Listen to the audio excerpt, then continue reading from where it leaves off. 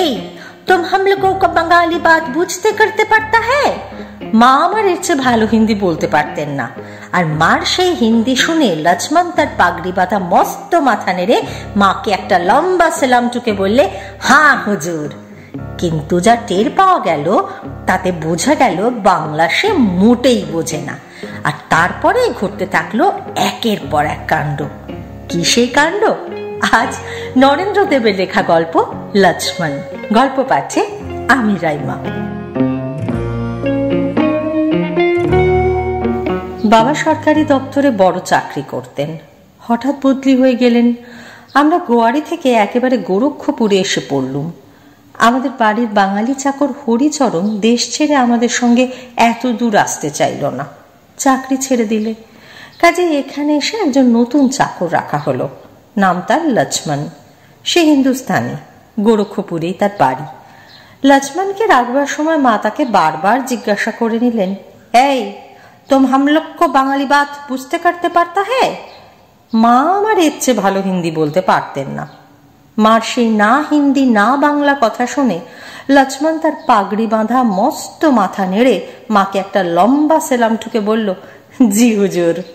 মা খুশি হয়ে তাকে রাখলেন। কিন্তু প্রথম দিনেই টের পাওয়া গেল যে বাংলা মোটেই বোঝে না। তবু মা তার সেই না হিন্দি না বাংলা কথাতেই তাকে নিয়ে কাজ চালাতে লাগলেন। সঙ্গে সঙ্গে তাকে বাংলা কথা শেখাতেও শুরু করে দিলেন, কাজের সুবিধে হবে বলে। লক্ষ্মণ ছিল খুব চটপটে, চোখের নিমেষে সব কাজ করে ফেলত। খুব খাটতে পারত সে। ইঁদারা থেকে ঘড়া ঘড়া জল তোলা, বাটনা বাটা, বাসন মাজা, সাবান দিয়ে কাপড় কাচা, ঘর দোর ঝাড়া মোছা, বিছানা করা, বাবার তামাক সাজা, সব কাজ সে একা করত। কিন্তু মুশকিল বাঁধলো ওই তার বাংলা কথা না বুঝেও বুঝতে পেরেছি বলায়। কারণ মা তাকে যখন যা কিছু ফরমাইশ করতেন তখন এই কথাটাও জিজ্ঞেস করতেন, বুঝতে করতে পারতা হ্যাঁ। লক্ষ্মণ তক্ষুনি ঘাড় নেড়ে লম্বা সেলাম টুকে বলতো, হ্যাঁ হুজুর। একদিন মা তাকে একটা টাকা ভাঙাতে দিয়ে তার সেই হিন্দি ভাষায় বললেন, এই রুপিয়া কা ভাঙায়াকে নিয়ে আয়। লক্ষ্মণ তক্ষুনি সেলাম টুকে ছুটে বেরিয়ে গেল। খানিক পরেই মস্ত বড় এক কাগজের ঠোঙা হাতে করে এসে মাকে জিজ্ঞেস করলে, ইয়ে কি আবি পিসনে হোগা। মা বললেন, নেই নেই, বাটনা তো সব বাটা হয়ে গেছে, আর তো কিছু মশলা পিসনে নেই হোগা, তোম যাও টাকাটা ভাঙিয়ে লে আও। লক্ষ্মণ সবিনয় বললে, রুপিয়া কত ভাঙাকে লে আয়া মাজি। মা বললেন, কই দে, রেজকি এনেছিস তো না সব পয়সা, 16 আনা গুণ কে আনা হে তো। লক্ষ্মণ সেলাম ঠুকে সেই কাগজের ঠোঙা মার হাতে তুলে দিয়ে বললে, হ্যাঁ হুজুর, 16 আনা কো পুরা ভাঙা লে আয়া। বলেই সে কাগজের ঠোঙাটা আবার এগিয়ে ধরলে মার সামনে। সেটা হাতে নিয়ে মা দেখলে তার লক্ষ্মণ চাকর এক ঠোঙা ঠাসা সিদ্ধি কিনে এনেছে 1 টাকা দিয়ে। মা তো রেগেই খুন, মাথা কপাল চাপড়ে বাবার কাছে গিয়ে বলে দিলেন যে লক্ষ্মণকে তিনি 1 টাকা ভাঙাতে দিয়েছিলেন, সে 1 টাকা সিদ্ধি কিনে এনেছে। বাবা শুনে খুব হেসে উঠে বললেন, ঠিকই করেছে, এদেশে যে ওরা সিদ্ধিকে ভাঙ বলে জানো না, তুমি ওকে 1 রুপিয়া ভাঙাতে বলেছ, ও বুঝেছে তুমি 1 রুপিয়ার ভাঙ আনতে বলেছ। মা শুনে অবাক, সিদ্ধিকে ভাঙ বলে? লক্ষ্মণ বাজার করতে গিয়ে আরো অনেকবার এইরকম ভুল করে মার কাছে খুব বকুনি খেয়েছিল। 2-4টে ঘটনা আমার আজও মনে আছে।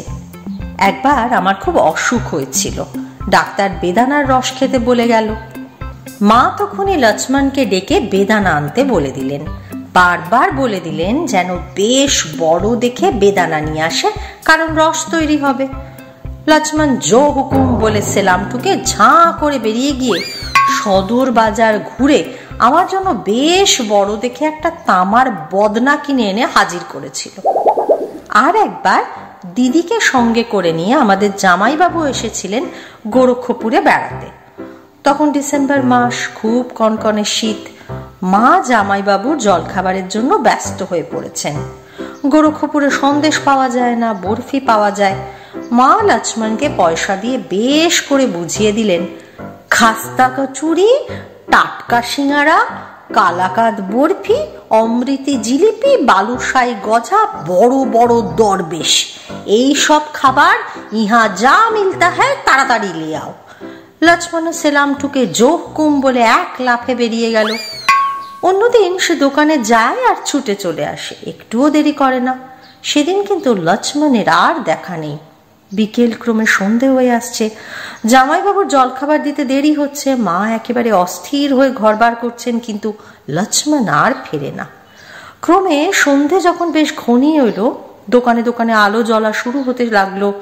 লক্ষ্মণ ফিরে আসার কোনো সম্ভাবনা নেই মনে করে মা যেই স্টোভ জেলে ঘরেই জামাইবাবুর জন্য লুচি হালুয়া তৈরি করে দেবার জোগাড় করেছেন, অমনি বাইরে থেকে লক্ষ্মণের গলার আওয়াজ পাওয়া গেল। আর একজন কাকে যেন সে খুব খাতির করে বলছে, আইয়ে জনাব আলী, অন্দর মে আইয়ে। একটু পরেই লক্ষ্মণ সব জিনিসপত্র নিয়ে ভেতরে এলো।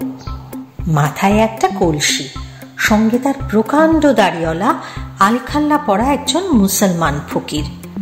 মা তাকে এত দেরি করে ফিরে এলো কেন জিজ্ঞেস করতেই লক্ষ্মণ লম্বা সেলামটুকে করুণ কণ্ঠে জানালো যে দরবেশ আনতে তাকে শহরের বাইরে যেতে হয়েছিল, তাই দেরি হলো। শহরের চারদিকে সে খুঁজেছে, কোথাও দরবেশ মেলেনি। শেষে এক পূজাওয়ালাকে জিজ্ঞেস করতে সে তাকে বাতলে দিলে যে শহরের বাইরে ইমাম বাড়িতে পাওয়া যাবে। মা তাকে বাধা দিয়ে ধমকে উঠে বললেন, দরবেশ পাওয়া গেল না তো ফিরে এলি না কেন? শহরের বাইরে তোকে কে যেতে বলেছিল? আমি তোকে না তাড়াতাড়ি আসতে বলে দিয়েছিল? লক্ষ্মণ আবার ঘাড় নেড়ে সেলামটুকে বললে, হ্যাঁ হুজুর, হুকুম তামিল, আচ্ছা তাড়ি ভি লে আয়া। তারপর সে মাকে বুঝিয়ে বলতে গেল যে শহরের বাইরে গেলেও তার এত দেরি হতো না, কিন্তু কি করবে সে, পথে নামাজের সময় হয়ে গেল। তাই দরবেশ সাহেব দোয়া করে নামাজ পড়তে বসলেন, অগত্যা তার ফিরতে দেরি হলো। শুধু তারই কেন, সব জিনিসই সে গুছিয়ে এনেছে বলে মাথার ওপর থেকে মস্ত এক তাড়ির ভাঁড় মার সামনে রকের ওপর নামিয়ে দিলে। মা তো রেগে খুন, তাড়ি আনতে তোকে কে বলেছিল? আমি তাড়াতাড়ি আসতে বলেছিল বলে গালাগালি দিতে দিতে জিজ্ঞাসা করলেন, খাবার কই রে মুখ পড়া গাধা? তোকে যে জামাইবাবুর জন্য টাটকা সিঙ্গারা, কালাকাদ বরফি, বালুশাই গজা সব আনতে দিয়েছিলাম, কই সে সব? লক্ষ্মণ মস্ত এক সেলামটুকে বললে, সব কুছ লে আয়া হুজুর। তারপর তার গামছায় একটা ভিজে কোণের গাঁট খুলে বার করে দিলে সেই পৌষ মাসের শীতে করাতের গুঁড়ো মাখা এক ডালা বরফ। বললে, लीजिए হুজুর, कल का बर्फ ये। তারপর অতি সাবধানে ট্যাঙ্ক থেকে একটা কাগজে মোড়া গাঁজার পুড়িয়া বার করে দিয়ে বললে, ये लीजिए হুজুর, জামাই বাবু কে লিয়ে বালেশ্বর কা গঞ্জা। আর তারপর গামছার আর এক কোণ খুলে একরাশ পানি ফল রকের ওপর ঢেলে দিয়ে বললে, ইসসে বড়িয়া তাজা সিঙ্গারা और नहीं मिलेगा হুজুর। আর তারপরে পেছনে যে ফকির সাহেব এতক্ষণ দাঁড়িয়েছিল, এবার তাকে এক সেলামটুকে মার কাছে এগিয়ে এনে বললে, ये देखिए হুজুর, आपका दरवेश भी हाजिर, बहुत तकलीफ से इनको मिला। জামাইবাবুর জল খাবার থেকে ভাগ পাবার লোভ আমাদের মনে মনে ছিল না, এ কথা বলতে পারবো না, কিন্তু লক্ষ্মণ যে এমন কাণ্ড করবে তা মা কেন আমরাও কেউ স্বপ্নে ভাবিনি। এদেশে পানি ফলকে যে এরা সিঙ্গারা বলে সেদিন প্রথম জানলু। কোথায় কালাকাদ বরফি আসবে তা লক্ষ্মণ নিয়ে এলো কিনা এই শীতে কলের বরফ, বালুশাই গজার বদলে নিয়ে এলো বালেশ্বরের গাঁজা, দরবেশ মিঠাই, হ্যাঁ বেটাকে কখনো খাইনি, নিয়ে এলো কিনা এক লম্বা দাড়িওয়ালা ফকির সাহেবকে ধরে। মা বলে দিলেন ওকে তাড়াতাড়ি আসতে, আর ও নিয়ে এলো এক ভাঁড় তাড়ি। ভয়ানক রেগে উঠে মা যখন লক্ষ্মণকে দূর হ, বেরো বেরো, এখান থেকে বিদায় হয়ে যা বলে বকছেন, সেই সময় বাবা বাড়ির ভেতর থেকে এসে মাকে বললেন, একটা পান দাও তো শিগগির, মুখটা কেমন তিতো হচ্ছে।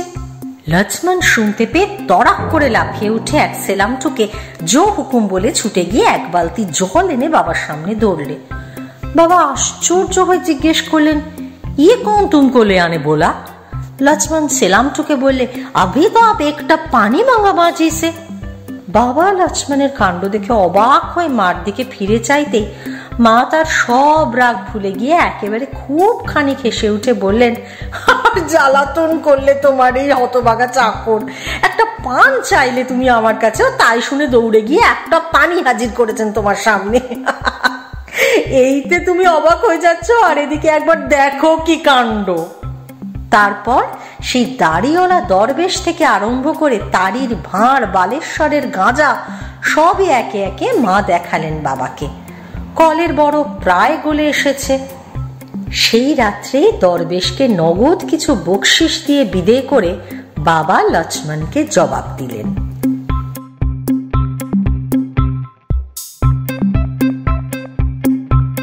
রাইমার গল্পের ঝুলিতে রয়েছে আরো নানান স্বাদের গল্প। শুনতে চান? প্লিজ সাবস্ক্রাইব করুন আমার চ্যানেল আর জুড়ে যান রাইমার গল্পের পরিবারে। কেমন লাগলো আজকের গল্প? কমেন্ট বক্সে প্লিজ জানান, লাইক করুন, শেয়ার করুন।